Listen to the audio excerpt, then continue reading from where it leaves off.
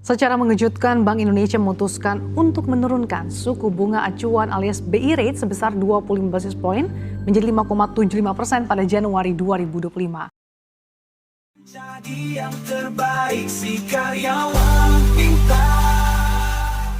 Guys, baru aja nih, Bank Indonesia ngumumin suku bunga turun jadi 5,75%. Kedengeran manis banget ya?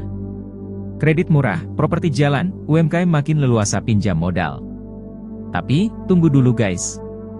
Kalau kalian eksportir besar, khususnya di sektor sumber daya alam kayak sawit, batu bara, atau karet, ini bisa jadi mimpi buruk buat kalian. Kenapa? Mulai 1 Maret 2025, semua hasil ekspor kalian wajib dikunci di bank lokal selama minimal 1 tahun. Artinya, uang kalian enggak bisa langsung dipakai buat operasional. Jadi, penurunan suku bunga ini manis di depan, tapi bisa jadi tantangan di belakang. Jangan di-skip, kita bahas semuanya di sini. Chapter 1, penurunan suku bunga apa artinya buat kita? Guys, penurunan suku bunga BI ke 5,75% ini tujuannya jelas, dorong ekonomi biar makin tumbuh. Properti jadi lebih hidup, UMKM makin gampang dapat modal, dan manufaktur bisa lebih gesit. Tapi, di balik kabar baik ini, ada sisi lain yang mesti kalian tahu, terutama buat kalian eksportir besar, khususnya di sektor sumber daya alam. Mulai 1 Maret 2025, semua devisa hasil ekspor wajib dikunci di bank lokal selama minimal 1 tahun. Ya, kalian nggak salah dengar, 1 tahun. Tujuannya untuk stabilin rupiah di tengah tekanan global. Tapi, pertanyaannya, gimana dampaknya ke cash flow bisnis kalian? Uang kalian enggak bisa langsung dipakai buat operasional, padahal biaya terus berjalan. Jadi, penurunan suku bunga ini mungkin terasa manis di depan, tapi buat sebagian orang, ini bisa jadi tantangan berat di belakang. Chapter 2, siapa yang terkena dan siapa yang aman? Jadi, siapa yang kena aturan ini? Eksportir besar di sektor sumber daya alam seperti sawit, batu bara, dan karet adalah yang paling terdampak guys. Kalau nilai ekspor kalian lebih dari 250.000 dolar Amerika per transaksi, uang hasil ekspor kalian wajib stay di bank lokal selama minimal 1 tahun. Buat UMKM atau eksportir kecil, kalian aman dari aturan ini. Tapi, masalahnya guys, buat pemain besar, ini tantangan besar banget. Uang banyak, tapi enggak bisa langsung dipakai buat operasional atau ekspansi. Semua jadi seret. Sementara itu, biaya pinjaman tetap jalan, dan bunga kredit lebih tinggi dibanding bunga yang kalian dapatkan dari bank lokal. Jadi, meskipun aturan ini enggak langsung menghentikan aktivitas bisnis, cash flow kalian bisa terganggu banget. Pikirkan baik-baik guys, karena ini bisa jadi efek domino buat sektor ekonomi lainnya. Chapter 3, dampak langsung cash flow jadi masalah. Cash flow itu nyawa bisnis guys. Bayangin, kalian dapat pemasukan 1 juta dolar Amerika dari hasil ekspor. Tapi mulai 1 Maret 2025, seluruh duit kalian ini kalian wajib disimpan di bank lokal selama minimal 1 tahun. Artinya apa?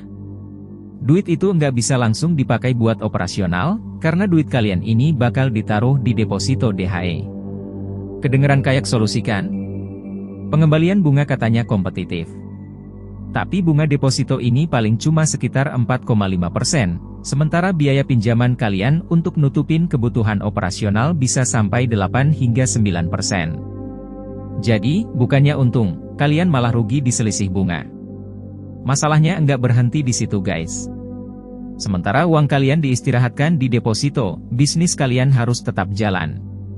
Vendor nunggu dibayar, karyawan butuh gaji, dan kalau kalian punya rencana ekspansi, semua itu jadi tertunda. Parahnya lagi, kalau cash flow macet, efek dominonya bisa meluas ke rantai pasok. Bukan cuma bisnis kalian yang kena, tapi juga sektor lain yang tergantung sama supply dari kalian. Intinya, kebijakan ini bikin devisa stay di dalam negeri buat stabilin rupiah, tapi buat kalian, ini tantangan berat yang enggak bisa dianggap remeh. Chapter 4, stabilitas rupiah, tapi beban siapa? Guys, mari kita lihat dari sisi pemerintah dulu. Kenapa sih kebijakan ini dibuat? Sederhana, karena rupiah kita lagi rentan. Dengan suku bunga di Amerika terus naik, maka tekanan ke mata uang negara berkembang, kayak Indonesia, akan makin gede. Jadi, pemerintah mutusin buat tahan devisa hasil ekspor di dalam negeri. Ini biar dolar enggak kabur ke luar negeri dan rupiah tetap stabil. Logikanya masuk akal kan? Tapi masalahnya guys, stabilitas rupiah ini datang dengan harga yang mahal. Eksportir besar di sektor sumber daya alam, kayak sawit, batu bara, dan karet akan jadi yang paling terdampak. Duit mereka harus stay di bank lokal selama minimal 1 tahun. Tujuannya buat stabilitas nasional, tapi dampaknya langsung ke cash flow bisnis mereka. Gimana mereka mau bayar vendor, gaji karyawan, atau ekspansi? Dan ini guys, bukan cuma soal bisnis besar yang kena. Kalau sektor sumber daya alam, yang jadi penyumbang devisa terbesar kita goyah, maka efeknya bisa meluas. Supply chain bakal terganggu, investasi baru jadi tertunda, dan bahkan ekonomi nasional bisa kena slowdown. Stabilitas itu penting, tapi kalau pengusaha kewalahan dan investasi melambat, apakah ini benar-benar solusi jangka panjang? Atau malah blunder yang bikin kita semua kena imbasnya? Chapter 5, Kesimpulan. Jadi guys, penurunan suku bunga ini bijak atau blunder? Dari sisi pemerintah, ini langkah strategis buat stabilin rupiah dan menahan tekanan global. Tapi, buat eksportir besar, khususnya di sektor sumber daya alam, ini kayak pedang bermata dua. Di satu sisi, mereka didorong untuk menyimpan devisa di dalam negeri. Tapi, di sisi lain, arus kas mereka jadi terganggu. Kalau cash flow macet, efek dominonya bisa meluas ke banyak sektor. Investasi baru tertunda, rantai pasok terganggu, bahkan pertumbuhan ekonomi bisa ikut kena imbas.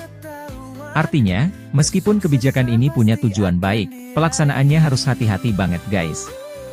Jangan sampai stabilitas rupiah malah dibayar dengan kerugian besar di sektor ekonomi lainnya. Jadi, apa pendapat kalian soal kebijakan ini? Apakah penurunan suku bunga BI ini langkah bijak yang akan bantu ekonomi Indonesia tumbuh? Atau malah blunder yang bikin sektor strategis kita terpukul? Tulis pendapat kalian di kolom komentar ya. Jangan lupa untuk like, komen, dan subscribe channel Si Karyawan Pintar. Sampai jumpa di video berikutnya, dan tetap cerdas. Meningkatkan skill dan motivasi untuk terus berkarya. Ayo tonton channel Si Karyawan Pintar, berbagi tips dan trik yang akan membantumu. Baca buku, tingkatkan pengetahuan, maka kesuksesan pasti akan kau raih, percayalah.